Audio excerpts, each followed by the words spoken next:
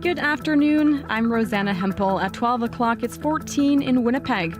A mix of sun and cloud early this afternoon, 30% chance of showers later on, a risk of a thunderstorm as well, high of 18.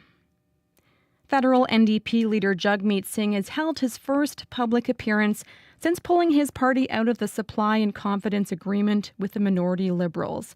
It means Canadian voters are now one confidence motion away from a federal election.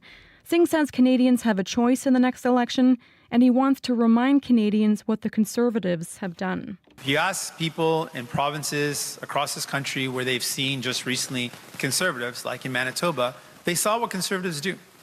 They cut and gut the things that people care about. People remember in Manitoba Premier Stephenson and Palliser, who destroyed the healthcare system. Singh says once Parliament resumes, he will consider his party's options one issue at a time. Still with the NDP, the party's only Quebec MP says he's pleased with the gains his party made under the deal it had with the Liberals. But he says it's time for the party to stand on its own. Lauren McCallum reports. André Boulris says the NDP did score some wins during its arrangement with the Liberals, namely a new Canadian dental care plan, anti-scab legislation, universal access to diabetes medications, and billions of dollars in housing for Indigenous communities. But he says his party has exhausted the list of demands it thinks it can achieve under the deal. Boulris says the NDP is frustrated with the Liberal Party. He says the Trudeau government isn't courageous enough to impose measures to reduce housing costs and grocery bills. Boulris says his party is prepared to vote against the Liberals, even if it means toppling the government. And he says the NDP is ready for an election if it comes to that. Boulris says the NDP is already holding nomination meetings to choose candidates in different ridings, and that people are coming forward to represent the party. Lauren McCallum, CBC News, Montreal. In this first week of back to school, the Manitoba government says now, for the first time, every student will have access to nutritious food. Today, the Premier and Education and Early Learning Minister, Nello Altomar, announced money has been committed to the programs. He says $30 million has been budgeted for nutrition programs. Altomar was at Donwood School in the River East Transcona School Division. Out of the $30 million, 21 will go directly to school divisions like yours. Another $9 million will go to key partners like Child Nutrition Council and Harvest Manitoba, who we're really excited to partner with throughout this. $6 million has been earmarked for 50 schools with high needs across Manitoba. Colleges and universities in Manitoba are concerned with new federal limits on international students. Schools say it's costing them hundreds of students and millions of dollars. University of Manitoba is counting 500 fewer first-year students compared to last year, and University of Winnipeg is down around 120 students. Danielle Adrianson at Assiniboine College in Brandon says they've had an increase in international students this year, but she expects that'll be short-lived and worries the new limits will have an impact. If we're anticipating a certain number of students and that doesn't materialize, that can hurt us on the enrollment front. It can hurt us on the revenue front as well.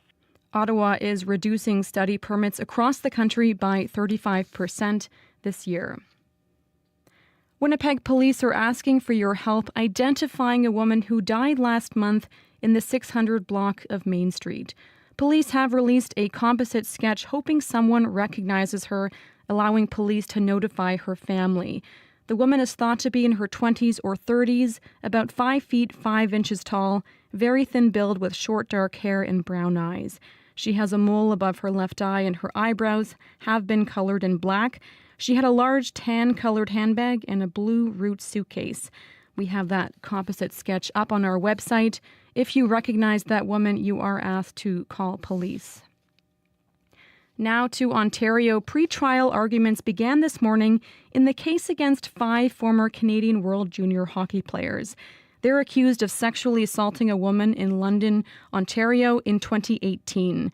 The players were supposed to attend today's proceedings in person, but about a month ago, the judge ruled they did not have to be there.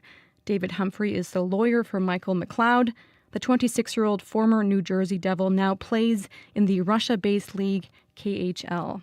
Like any person facing a criminal allegation, he'd like to continue making a living.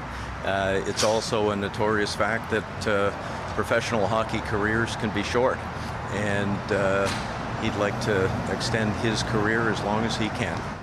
Pre-trial arguments continue tomorrow.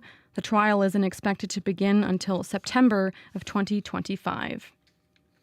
Well, Canada's Aurélie Rivard is a golden girl once again at the Paralympic Games. And Rivard, the bronze medalist in the 50, the silver medalist in the 100, is a champion in the 400 free at Paris in 4:29.40. She beats The 28-year-old from Saint-Jean-sur-Richelieu, Quebec, won the women's 400-meter freestyle in her category. It's the third medal for Rivard in Paris after winning silver in the 100 freestyle and bronze in the 50 free. That is the CBC News from Winnipeg. Your next local CBC News is at 12:30.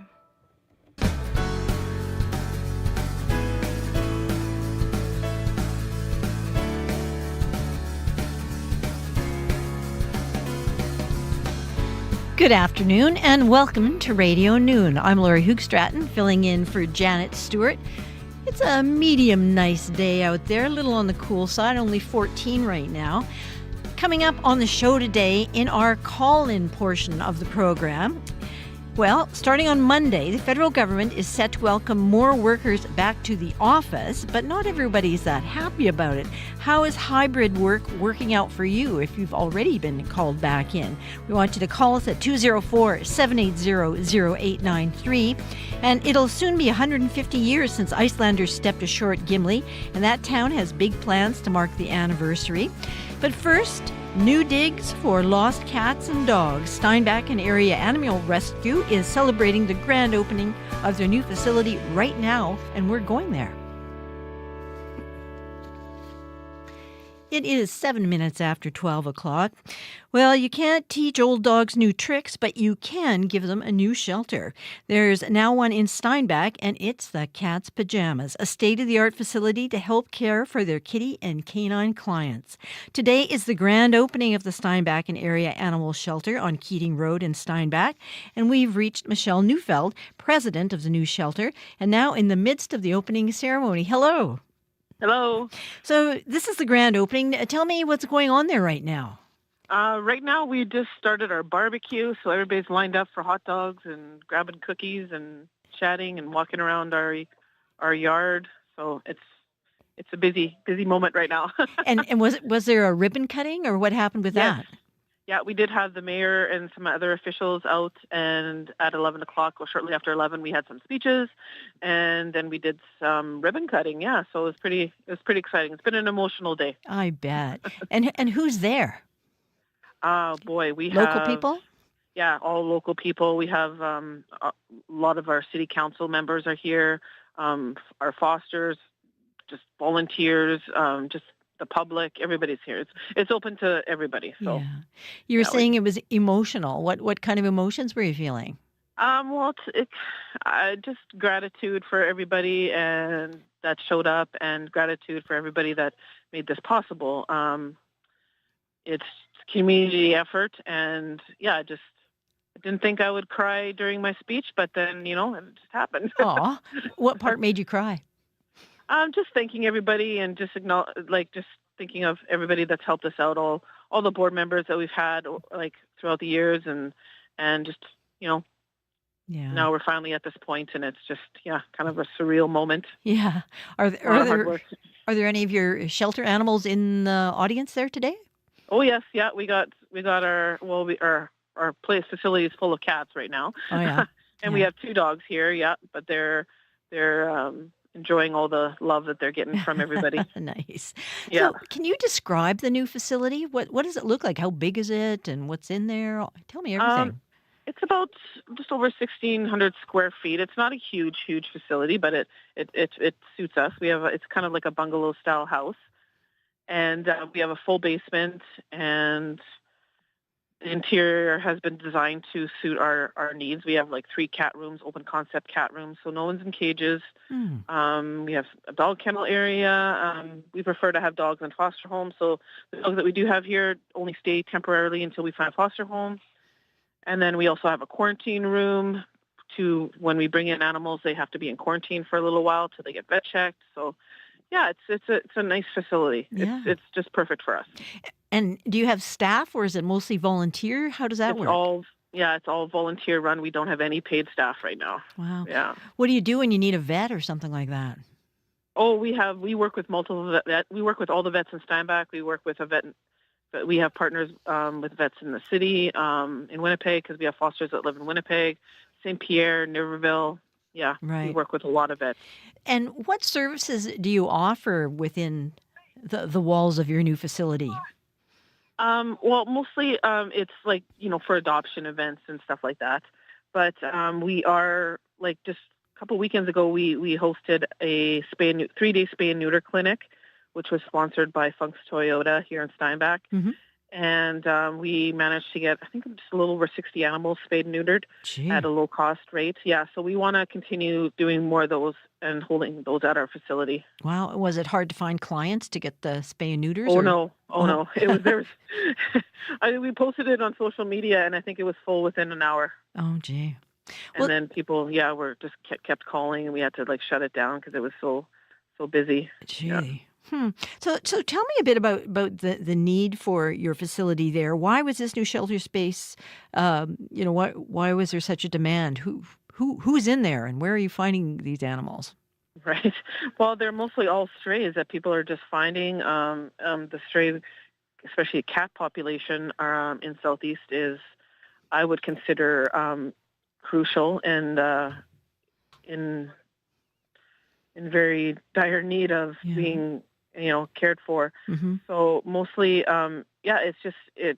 we just needed to expand. We were working solely on foster homes, and we just needed a home-based facility to, make our organization a little bit bigger, have a home base where people can come and look at some of the animals that are in our care and adopt them. And in terms of rescue, do you ever have to literally rescue animals from bad conditions?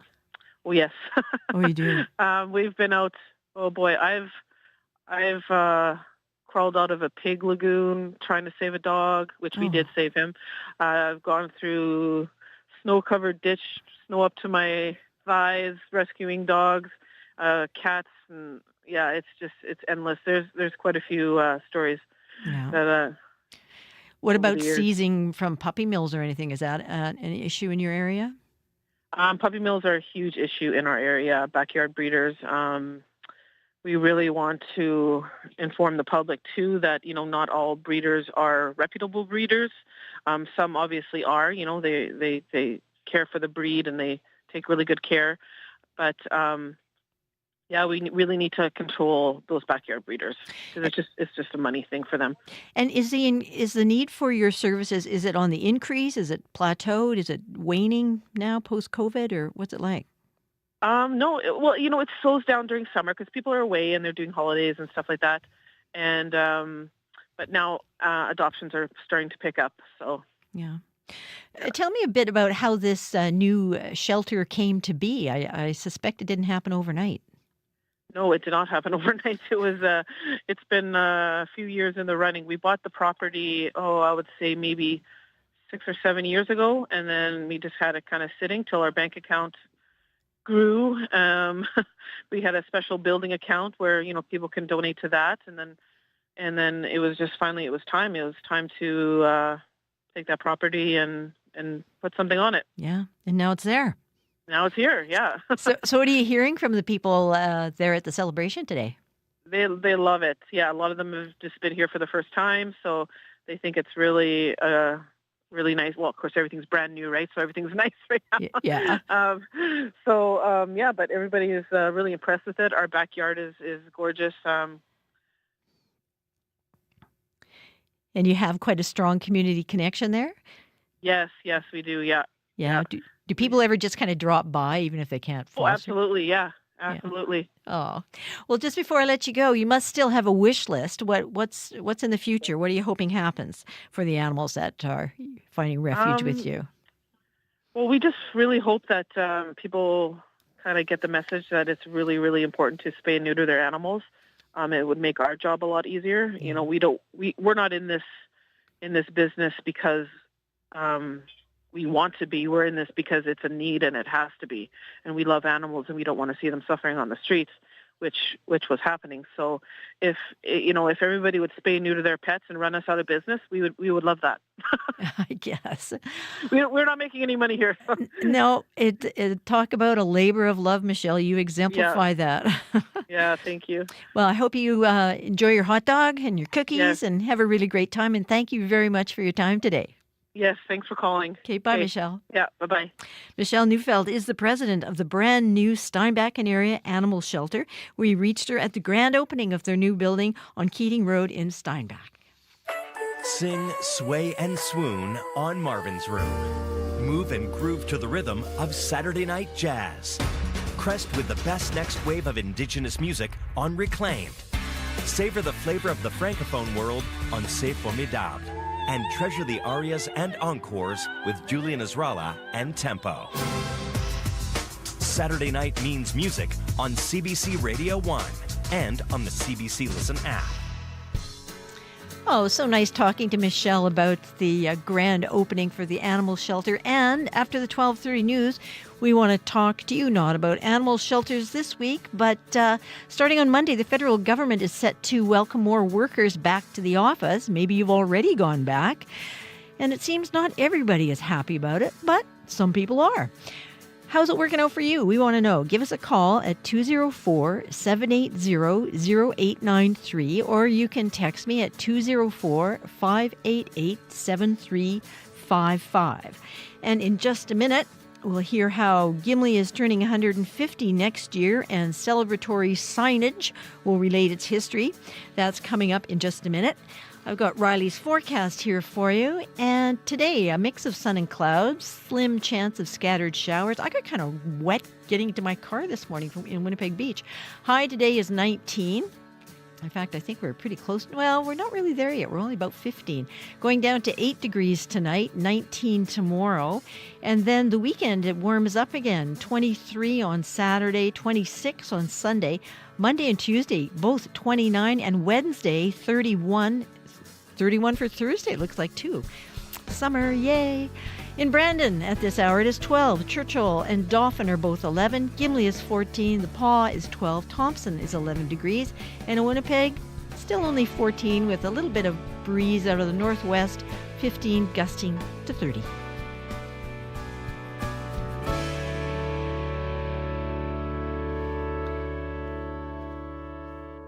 Next year marks the 150th anniversary of Icelanders arriving on Willow Island just south of present-day Gimli.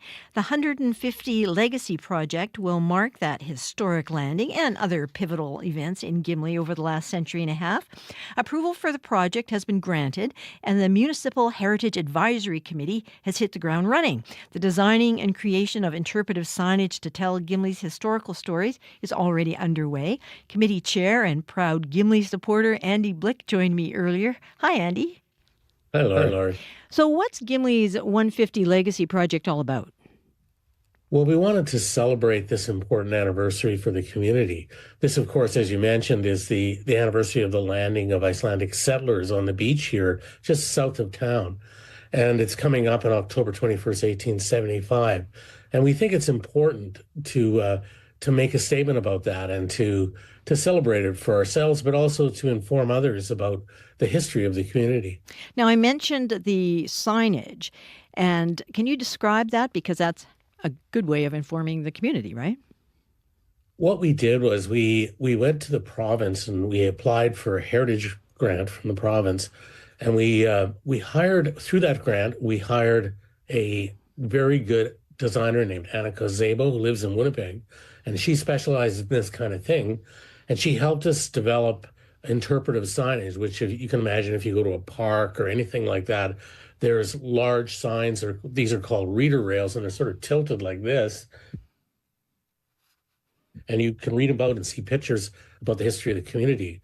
And so we've been breaking it down. It's much more complicated than you'd imagine to finally decide. It's a bit like writing news stories where you got to be brief and you got to be concise and it's got to be interesting. So we started that process. And, we have 4 or 5 different prototype designs now, and we're just in the process of deciding exactly what we're going to put out there once we receive some funding to do that. And we were intending to apply to the Federal Legacy Fund, which is a really once in a lifetime grant program where on significant anniversaries, a community like Gimli can apply for up to $500,000 to do this kind of a project, although we won't be asking for quite that much. I don't think we can handle it. Well, tell me about some of the stories that you're going to tell.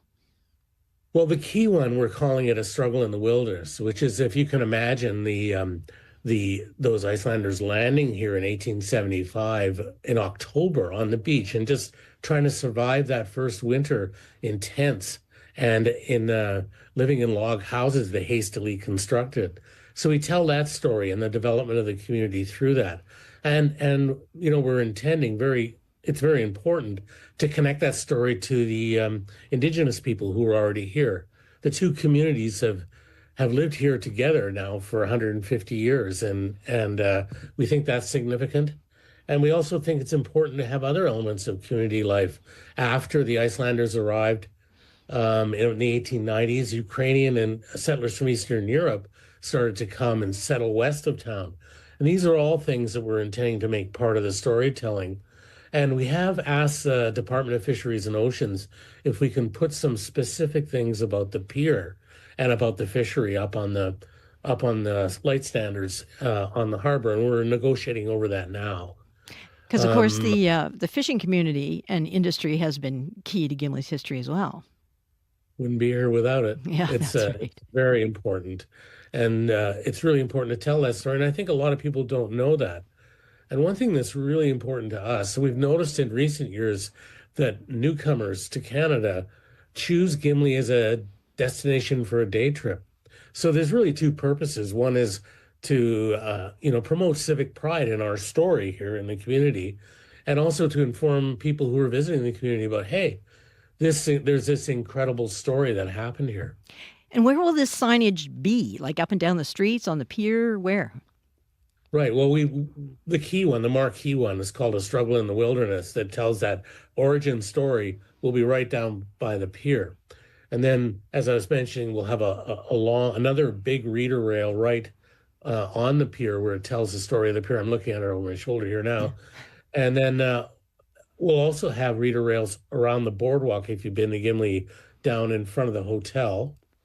And then we're intending to, there's some sort of historic lamp standards in town as well. And we're putting specific stories on their small signs that tell the story of the trains. And when in 1906 railway came, changed everything, as it did in prairie towns everywhere, brought tourists and commerce, and people could come and go. And then, the ones on the pier, we want to talk a bit about how they struggled to get a pier built here. I mean, it was because of the ice, as you know, because I know you live around here, that the ice is a big deal, and it'll crush anything that it pushes up against. So it took a long time to get the pier going. So we got some content on that, but we're intending to expand it out further into other elements of community life. It's very important to remember that at least 10% of the community here identifies as Indigenous, and that story is really important. And a lot of the Icelandic fishers, they've worked on the freight boats and in the fishery alongside Indigenous people, and that's an important story. So this diverse and intertwined history, how would you say it's shaped today's Gimli? Well, I think, the Icelanders, quite rightly, are very proud of their story. They came here and established a foothold in this country. And I just think that that's very present here, as you well know. It's just part of life here. And I think a lot of people really, they want to remember their past. They want to know who they were and where we've come from. Even if you're like me, I'm not Icelandic, and I'm a relative newcomer to the community. It's part of celebrating your community and feeling proud of what this place is. And just as a last question, what are you most excited about with this project? I think it's that. I think it's taking these stories. I'm a storyteller by nature, and I just really love the idea of taking photographs and stories and taking them onto the street. I mean, there's a great museum in town, and we'll be promoting that as well. But it's just great to be able to bring those stories to life for people. Well, thank you, Andy, for bringing us this story and for being on Radio Noon. Thanks, Lori. And full event replays. The 2024 Paralympics begin August 28th, live from Paris. Watch free on CBC Gem. You're listening to Radio Noon. It's just coming up to 25 minutes after 12 o'clock. Well, Fort White Live will come alive with tonight's Moonlit Melodies concert series. The concert series showcases Winnipeg musicians amongst beautiful natural settings. And today's show will host Winnipeg singer-songwriter Slow Leaves. From his album Meantime, this is Slow Leaves with Jenny.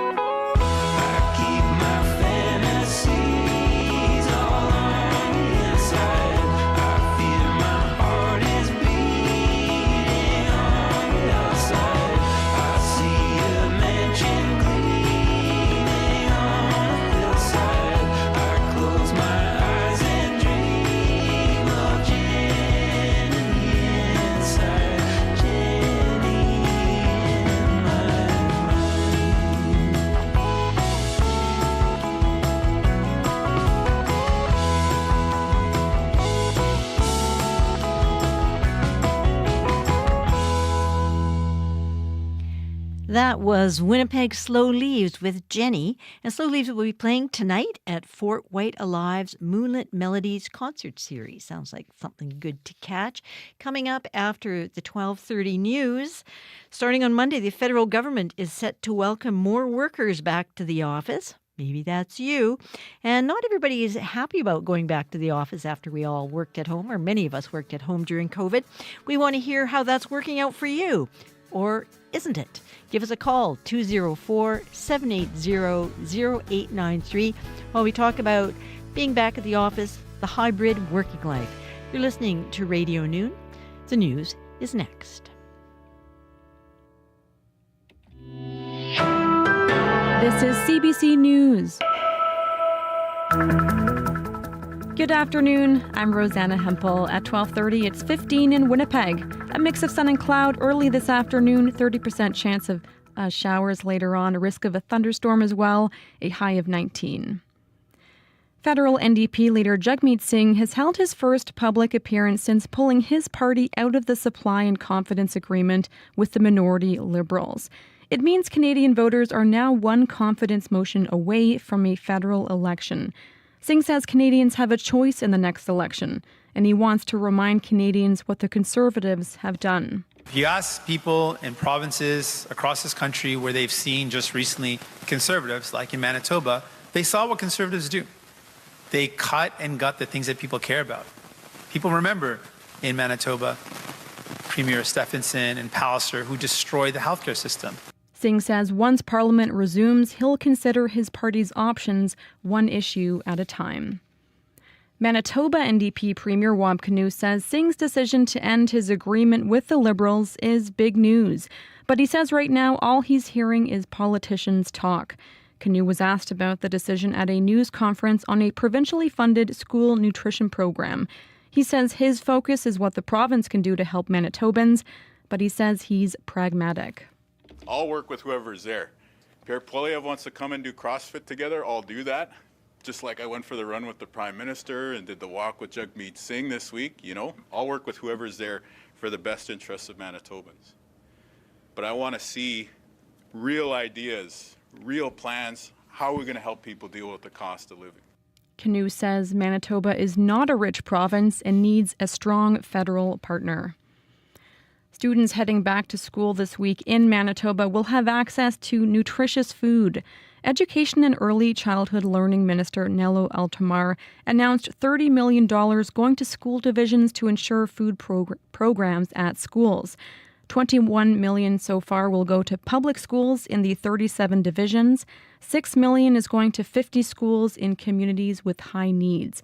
Altomar says having food programs helps children learn, but it also contributes to healing the community. It invites people in that are school averse, families that had bad experiences growing up, that are dealing with intergenerational trauma. The food program allowed them to come in, allowed them to see what was available, and to trust the school again. Altomar says the province is letting divisions identify their needs and use the money appropriately. Well, that is the CBC News from Winnipeg. Your next local CBC News is at 1:30. Thanks, Rosanna. You're welcome. Now I'm joined by weather specialist Riley Lachuk, who brings us tidings of great weather. Of showers. Well, a few showers this morning. Just a few. Yeah, a couple showers early this morning. I know here in the downtown we got very brief little downpour about an hour or so ago, but that has cleared up and I see sunshine outside once again here. Looking at temperatures, considerably cooler, Lori, than it was at this time yesterday. 16 degrees in Winnipeg right now, 15 in both Gimli and Victoria Beach. Kenora's at 14. Brandon's at 17, Thompson at 13 degrees. We bottomed out somewhere around 4 or 5 degrees in parts of northern Manitoba. Single digits really across the province early this morning. As expected, it was a cool one. Another couple of cool mornings ahead before we start to get into more above seasonal conditions for this time of the year.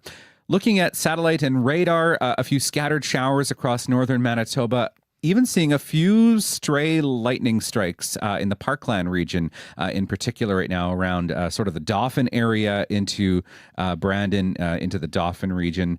Seeing a few of those little stray scattered showers that have been kind of moving through the region over the last little while here. So just keep that in mind. There's that risk we could see a few more scattered showers throughout the afternoon here in southern and central Manitoba. Even as far north as Thompson, can't rule out maybe a couple of showers of the afternoon. On the flip side, our air quality improves considerably through the day today across southern Manitoba. You remember yesterday was quite smoky and hazy. That cold front that pushed through helped to kind of flush some of that out. So we're back into a much clearer pattern once again, at least for southern and central Manitoba. Could still see some impacts from that wildfire smoke, particularly around Flin Flon, the Paw, into Lynn Lake, which is from fires that are just across the border in Saskatchewan.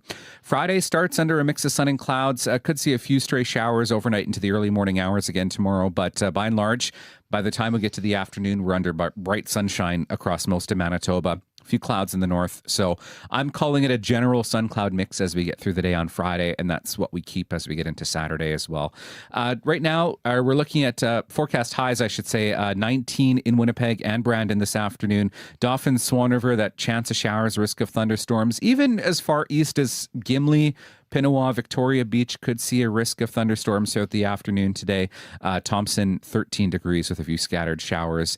Things turn around once we get through the day on Saturday. So tomorrow I've got Winnipeg at 19 degrees, mainly sunny 23 for Saturday, and then get these temperatures. I've got 26 for Sunday, 29s for Monday, Tuesday. Looking at some of the temperature trends into the next 10 days, I've got a couple of 31s. 31? As we head into like mid-late next week. How much above normal is that, do you suppose? Normal high for today would be 20 degrees. Okay. So considerably warmer than normal. We're entering what will be the makings of a bit of a heat wave that will roll through. Could even see some heat warnings further to the west into Saskatchewan. I don't think we'll meet the criteria here in Manitoba, but we could see some heat warnings into Saskatchewan into early next week. We're looking at a prolonged stretch of temperatures closer to 30 degrees. Well, I call that fantastic. Yeah. Yeah. No frost. Sometimes there's frost at this time of year. Yeah, we're looking at overnight lows actually staying quite warm as well. Okay, so I'm not getting out the sweaters yet. Yeah, I mean, we're looking at overnight lows, single digits for the next couple of mornings, but then nothing really below, say, 12, 13 degrees in the next 10 days. Bonus summer. Thanks, Yeah, Riley. exactly. Yeah, no problem. Okay. There's Riley Lachuk bringing us some really good weather news unless you wanted to wear all your new sweaters or something. I mean, then it's not such great news. And you can hear Riley this afternoon on Up to Speed and, of course, on TV at CBC News at 6. You're listening to Radio Noon. It is 22 minutes before 1 o'clock. I'm Laurie Hoogstraten, filling in for Janet Stewart.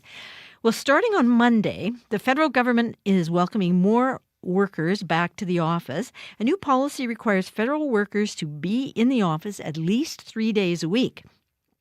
They'll add to the growing number of Canadians who are leaving remote work behind. Today, we want to hear from you. Are you one of those workers getting ready to get back to work 3 days a week? How are you feeling about that? Are you looking forward to it? Or maybe not. We also want to hear from people who have already settled into the hybrid lifestyle. How's that going for you? And are you more productive at work or at home? Do you think this is the way forward? Is there no going back to 5 days a week for everybody? Or should you have more of a choice, perhaps? Call us at 204-780-0893.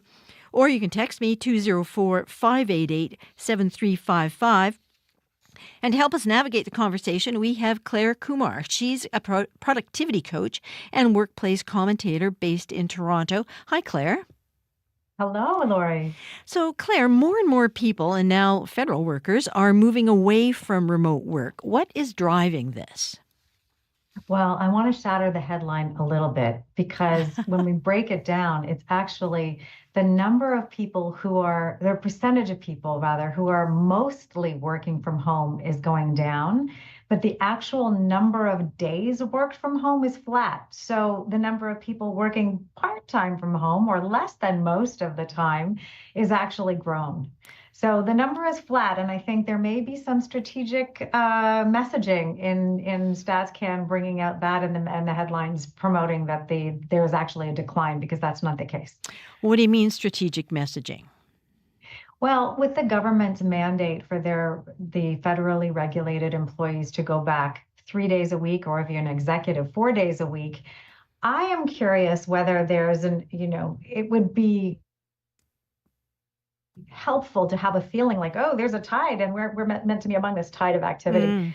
but really, in fact, people value their flexibility. Robert Half put out some Canadian research just 2 weeks ago talking about the fact that productivity is up, number one, and flexibility fuels focus. And when we ask employees what's behind that, hybrid work options, 52% of people are giving that credit.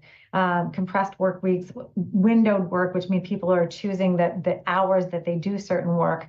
That flexibility goes a long way to contributing to productivity being up. Well, as you mentioned, strategic messaging, and of course, people may be aware of that, especially given the new research that's come out. So, how do you feel people are reacting? Well, I can speak to a couple of things. The Public Service Alliance of Canada is vocally protesting this, and a federal judge has ordered a full hearing on this because the public sentiment is, and I've talked to some government employees directly, there's a lot of feelings of a lack of trust and vulnerability now in that workplace because things have been working pretty well. They've been working hard, the accounts that I've had, and they're feeling like, you know what, we've come into a groove where work is being done well, and we're comfortable, we're happy with the arrangement, and we don't want to necessarily have to invest the time in commuting and the time erosion, energy, attention in the day.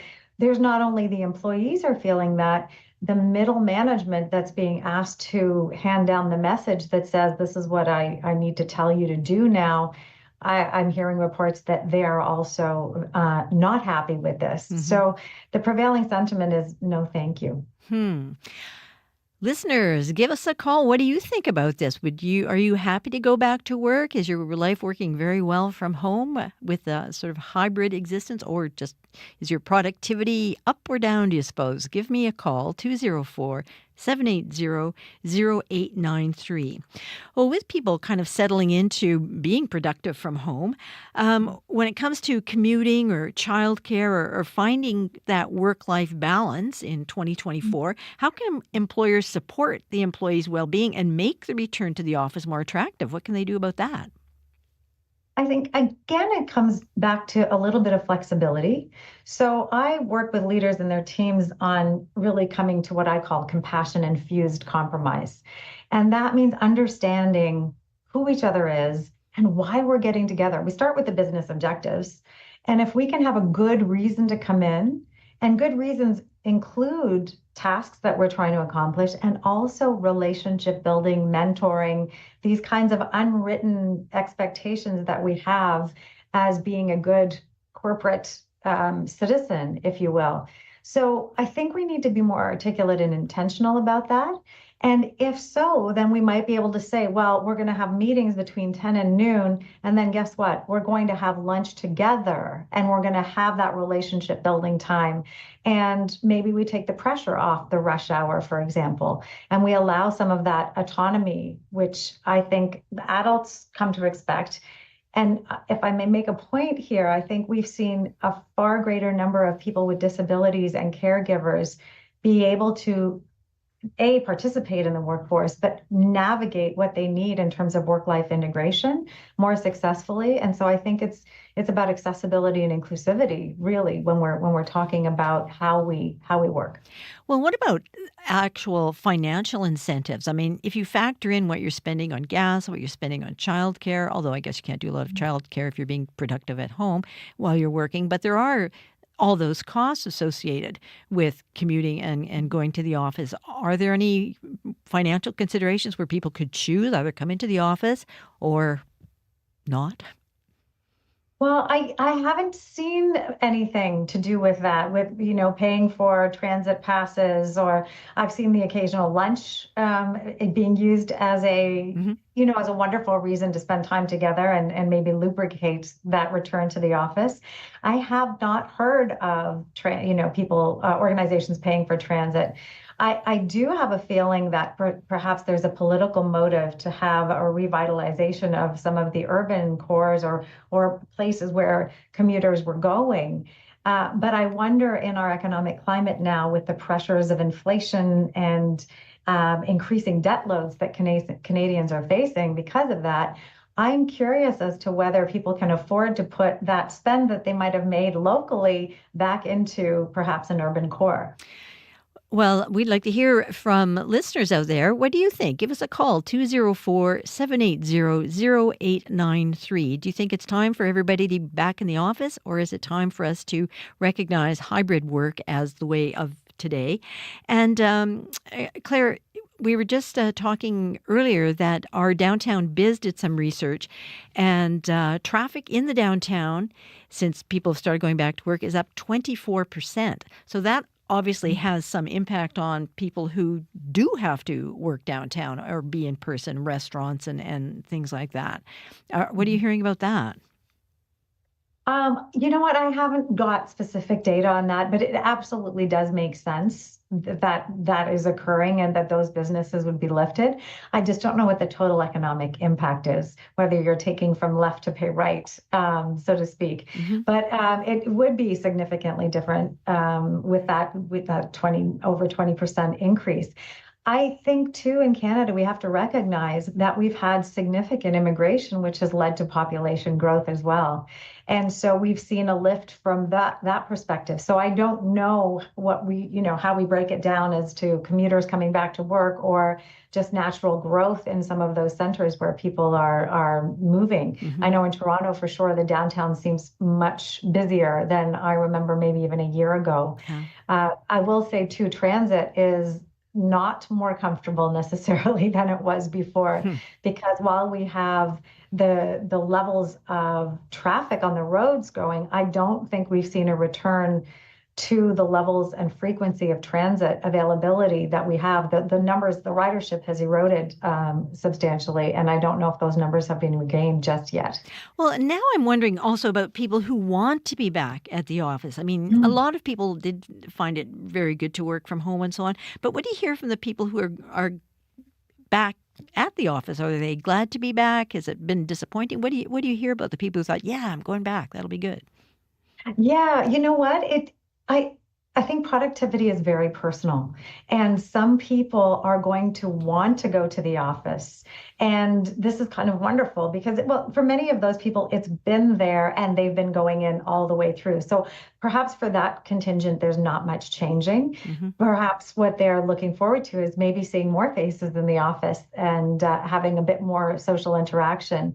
The reality of work, though, a lot of times is that we're going in and we're spending time on Zoom calls. So I'm hoping that there is an opportunity for in-person connection. You don't have to be too far apart from someone, even in the same office building, to really spend your day apart. It's not that we have to be miles apart. We can be floors apart. And we know that the research will show people don't see each other when they're floors apart alone. So proximity is helpful, but maybe not everything.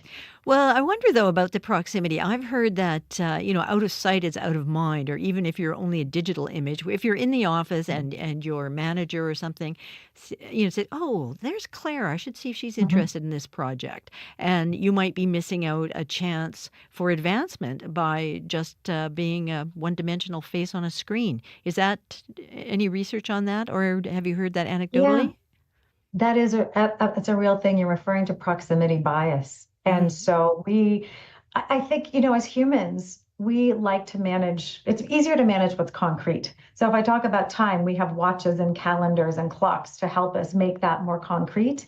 With people, they've never been as abstract as they are now. The good thing is we can meet over video and we can have that sense of connection.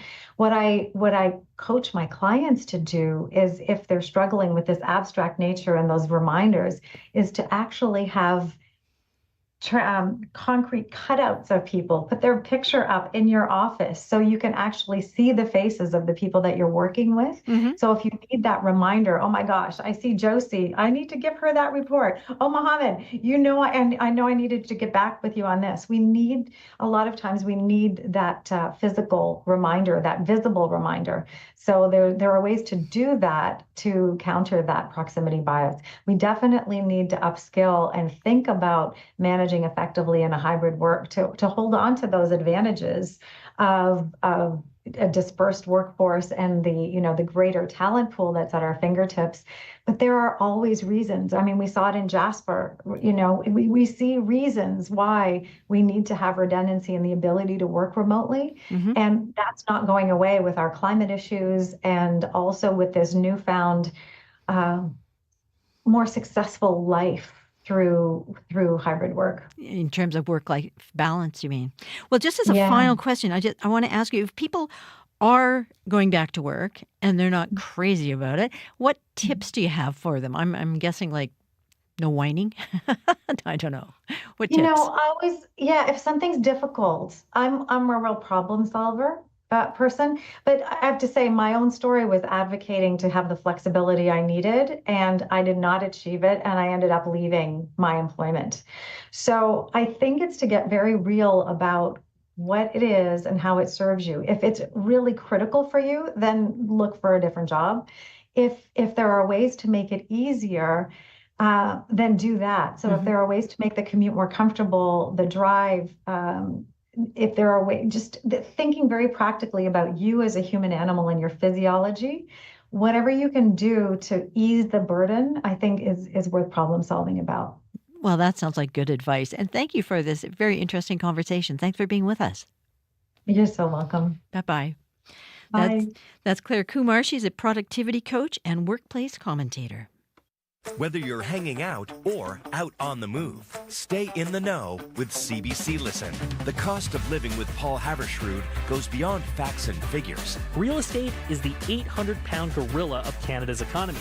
And What on Earth with Laura Lynch explores the climate change crisis, problems and solutions. What happened that made you start to think and see climate change differently?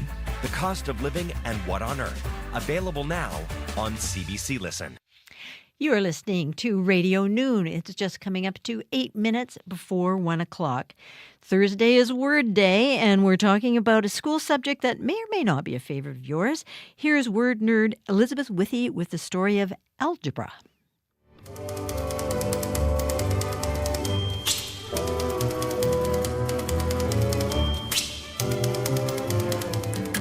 One, two, three, four. Tell me that you love me more. Sleepless, long nights, that's what my youth was for. By the time you're in middle school, math progresses from basic arithmetic to something called algebra. For some, a beloved school subject. For others, that class with letters and symbols and formulas that you barely survived.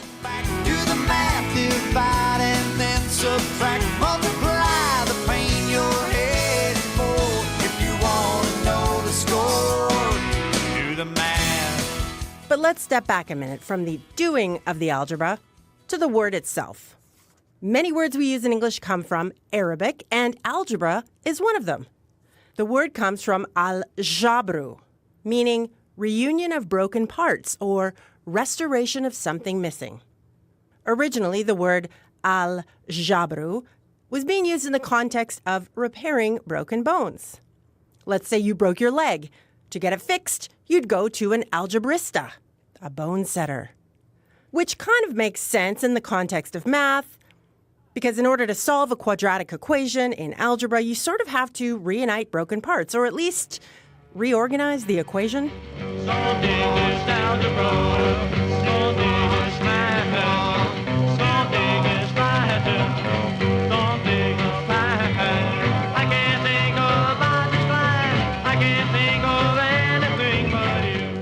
Algebra was first written about in the Middle East, more than 1,000 years ago, by a mathematician named Muhammad ibn Musa al-Khwarizmi. He wrote a book on how to solve real issues involving calculations, like how to divvy up a piece of land or how to parse out the family's assets and property after someone's death. It was translated into Latin in the 1100s, and by the 1500s, it was being used in English. At first with the emphasis on the second syllable, algebra, and later the first, algebra. That author of the book from the 9th century also inspired another word we use today, algorithm, which is a mangled anglicization of his last name, al-Khwarizmi.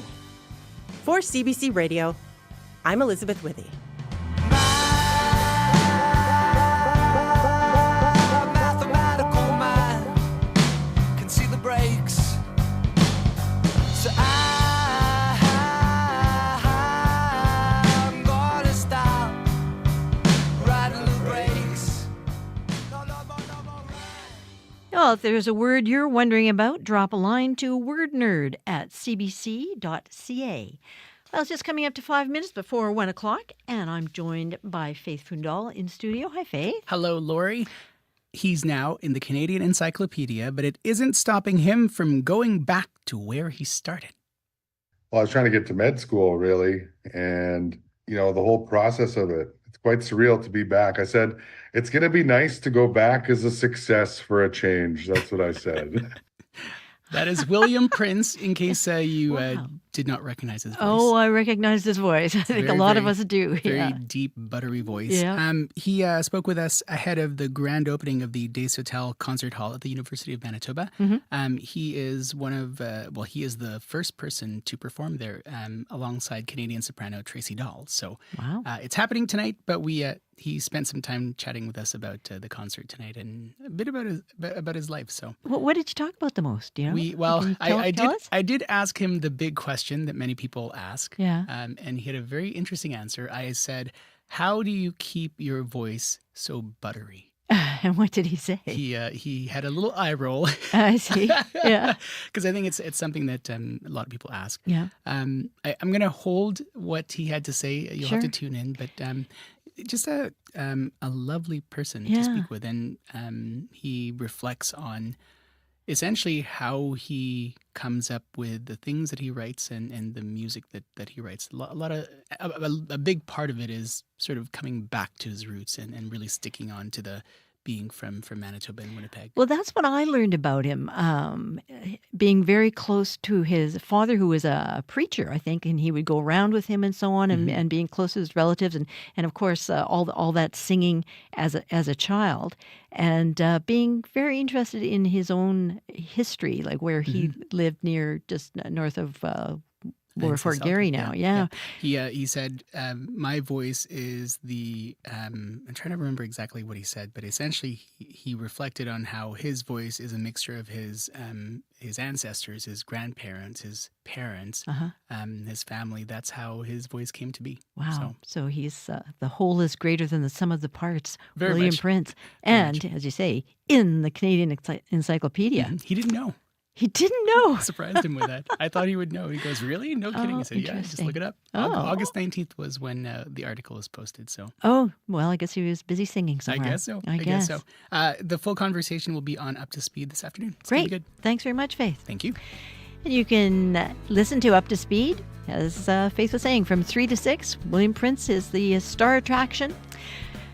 Very nice being with you on Radio Noon, and I should just let you know, tomorrow on our call-in, remember when you used to have to go back to school and the teacher would hand out things? Okay, I want you to write a little paragraph on how I spent my summer holidays. Well, that's what we're doing. We want to hear how you spent your summer holidays, whether traveling or not traveling in the backyard or camping, or maybe you discovered a hidden gem somewhere, as they say.